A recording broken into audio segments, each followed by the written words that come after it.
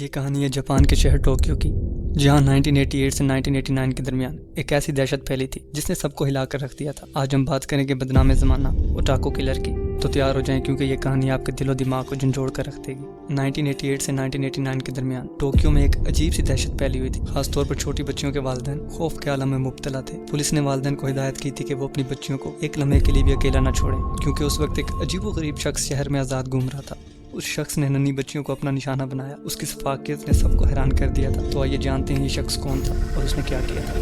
یہ کہانی ہے ستومو میازاکی کی، جو 21 اگست 1962 کو ٹوکیو جاپان میں پیدا ہوا۔ کچھ پیچیدگیوں کی وجہ سے وہ وقت سے پہلے پیدا ہو گیا تھا، یعنی وہ ایک پری میچور بیبی تھا۔ اس کے باوجود اس کا خاندان بہت خوش تھا کیونکہ ان کے گھر بیٹا آیا تھا۔ میازاکی ایک اچھے خاندان سے تعلق رکھتا تھا۔ اس کے والد ایک اخبارات کے کاروبار کے مالک تھے، جس کی وجہ سے ان کی سوسائٹی میں بہت دبدبہ تھا۔ اس کی ماں ایک ہاؤس وائف تھی۔ والد کا کاروبار اتنا بڑا تھا کہ وہ چاہتے تھے کہ ان کا بیٹا بڑا ہو کر اسی کاروبار کو سنبھالے۔ میازاکی ان کا اکلوتا بیٹا تھا، لیکن بدقسمتی سے اسے اپنے والدین سے وہ پیار اور توجہ کبھی نہ مل سکی جو ایک بچے کو ملنی چاہیے۔ اس کے والد ہر وقت اپنے کاروبار کو بڑھانے میں مصروف رہتے، جبکہ ماں اسے زیادہ توجہ نہ دیتی۔ گھر میں محبت نہ ملنے کی وجہ سے میازاکی کی انسیکیورٹیز بڑھتی گئیں اور اس کا کانفیڈنس بہت کم ہو گیا۔ لیکن اس سے بڑا مسئلہ اس کی جسمانی ساخت تھی۔ اس کے ہاتھوں کی کلائیوں میں ایک عجیب سی خرابی تھی، جس کی وجہ سے وہ اپنی کلائیوں کو موڑ نہیں سکتا تھا۔ اس ڈیفارمیٹی کی وجہ سے اسکول میں سے کوئی دوست نہ بناتا، بچے اسے بلی کرتے، اس کا مذاق اڑاتے۔ جب دوسرے بچے کھیلتے یا لنچ کے وقت ہنسی مذاق کرتے، میازاکی کلاس کے ایک کورنر میں بیٹھا رہتا تھا۔ میازاکی کو دوسروں سے بات کرنا، سوشلائز ہونا بالکل نہیں آتا تھا۔ وہ اپنی دنیا میں گم رہتا تھا۔ اسے پڑھنا بہت پسند تھا، خاص طور پر مانگا اور کامک بکس جیسے ڈریگن بال زی۔ یہ اس کے لیے ایک کمفرٹ زون بن گیا تھا۔ وہ ان کتابوں میں اتنا ڈوب گیا کہ اس نے مانگا کو ہی اپنی پوری دنیا بنا لی۔ اس کی تنہائی ایسی تھی کہ نہ اسکول میں اس کا کوئی دوست تھا، نہ گھر میں کوئی اس سے بات کرتا تھا۔ صرف اس کے دادا تھے جو اس کی فیلنگ سمجھتے تھے، اس کی خوشیوں اور دکھ میں دلچسپی لیتے تھے۔ لیکن 1988 میں اس کے دادا کی موت ہو گئی اور میازاکی کی زندگی مکمل طور پر بدل گئی۔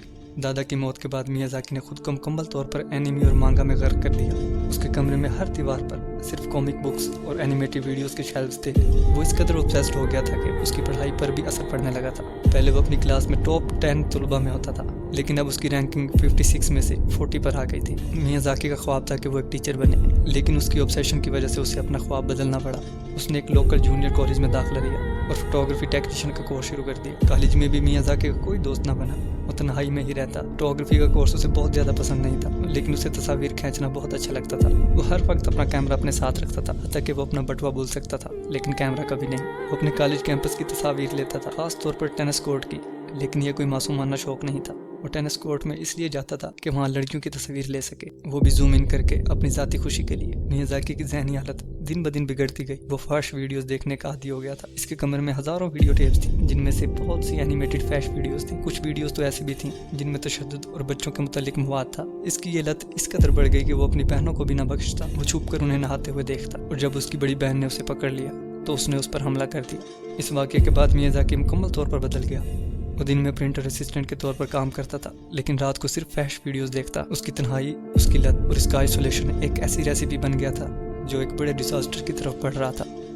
22 اگست 1988 کو 4 سال کی ماریکو اپنے دوست کے گھر کھیلنے جا رہی تھی۔ اس کے دوست کا گھر بالکل قریب تھا، اس لیے وہ اکیلی جا رہی تھی۔ اچانک ایک نسان گاڑی اس کے پاس رکی۔ اس گاڑی میں بیٹھے شخص نے ماری کو چاکلیٹس آفر کی اور اسے گاڑی میں بیٹھنے کو کہا۔ ماری، جو کہ ایک معصوم بچی تھی، اس کی بات مان گئی۔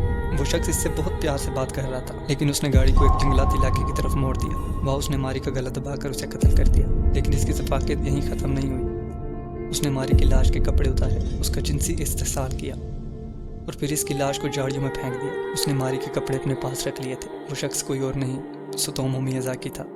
گھر واپس آنے کے بعد اس نے ماری کے کپڑوں کو اپنی الماری میں چھپایا اور اپنے ویڈیو ٹیپس کلیکشن میں سے ایک فحش ویڈیو لگا کر دیکھنے لگا۔